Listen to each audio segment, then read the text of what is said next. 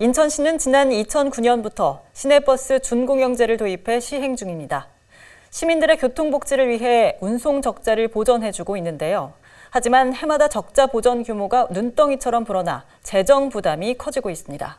지속 가능한 준공영제를 위해선 표준 운송원가 산정 방식과 요금 인상 등 다양한 개선 방안이 필요하다는 지적입니다. 먼저 이정윤 기자의 보도입니다. 버스 준공영제는 시민들의 교통복지를 향상시키기 위해 도입됐습니다. 각 버스 회사의 모든 운송 수입금을 공동으로 관리하면서 지자체가 운송 적자분을 보전해주는 방식입니다. 인천시는 지난 2009년부터 시내버스 준공영제를 시행하고 있습니다. 문제는 눈덩이처럼 불어나는 재정 부담입니다. 재정지원금은 지난 2009년 223억 원에서 2015년 673억 원, 2018년에는 1,000억 원을 넘었습니다. 2020년에는 1,906억 원으로 늘었고 지난해에는 2,648억 원에 달합니다. 10여 년 만에 10배 이상 급증한 겁니다. 내년 9월부터는 광역버스도 전면 준공영제를 실시할 예정. 재정 부담이 더 커질 수밖에 없는 상황입니다. 시민 혈세가 투입되는 만큼 개선 방안이 필요하다는 목소리가 나오는 이유입니다. 준공영제가 버스 노선의 공공성을 확보하고 운수 종사자 처우가 개선되는 등 성과도 있지만 재정 부담 증가와 방만한 경영 등 한계도 나타나고 있기 때문입니다.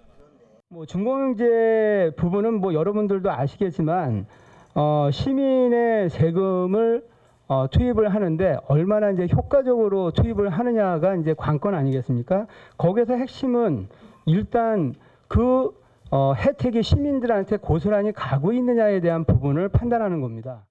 지속 가능한 준공영제를 위해선 우선 표준 운송원가 산정 방식을 개선해야 한다는 지적입니다. 표준 운송원가는 하루 버스 한 대를 운영하는 데 들어가는 총 비용으로 지난해 기준 72만 6,137원입니다. 하지만 그동안 이 표준 운송원가 산정 기준과 방식에 문제가 있다는 감사원 지적이 계속 나왔습니다. 표준운송 원가의 항목별 금액 산정을 적절하게 전문기관에 따라서 할 필요가 있다라는 거고, 표준운송원가 결정 방법을 감사원이 지적했듯이 감사원은 정확히 버스정책위원회에서 하라고 제가 앞서서 말씀드린 대로 왜 해야 되는지 구구절절히 이유가 있습니다. 그런 부분들인데 우리 올해 4월 달에 개정된 조례에 의하면 그 내용이 반영되지 않았다는 거죠, 현재. 버스 요금 인상이 필요하다는 의견도 나왔습니다. 인천 버스 요금은 지난 2015년 150원이 인상된 이후 8년 동안 동결됐습니다. 인건비와 연료 비용은 증가하면서 운송 적자가 커지고 있는 실정입니다. 현재까지 준공영제 재정 지원비를 봤을 때 최소 15%에서 한 30% 수준을 유지하고 있고 최근엔 좀 늘었습니다. 제가 볼 때는 30%를 초과하기 전에는 30% 이내에는 교통복지로 좀 봐주고 30%가 넘었다. 그럼 정기적으로 2년이든 저희가 운송원가 2년에 한 번 결정을 하다 보니까 2년에 한 번씩 요금 인상에 대한 100원이든 150원이든 정례화해서 조례화하는 것이 전 더 바람직하다는 생각이 좀 들기도 하고. 현재 준공영제 재정 지원금 중 운전지 급여가 차지하는 비중은 62%.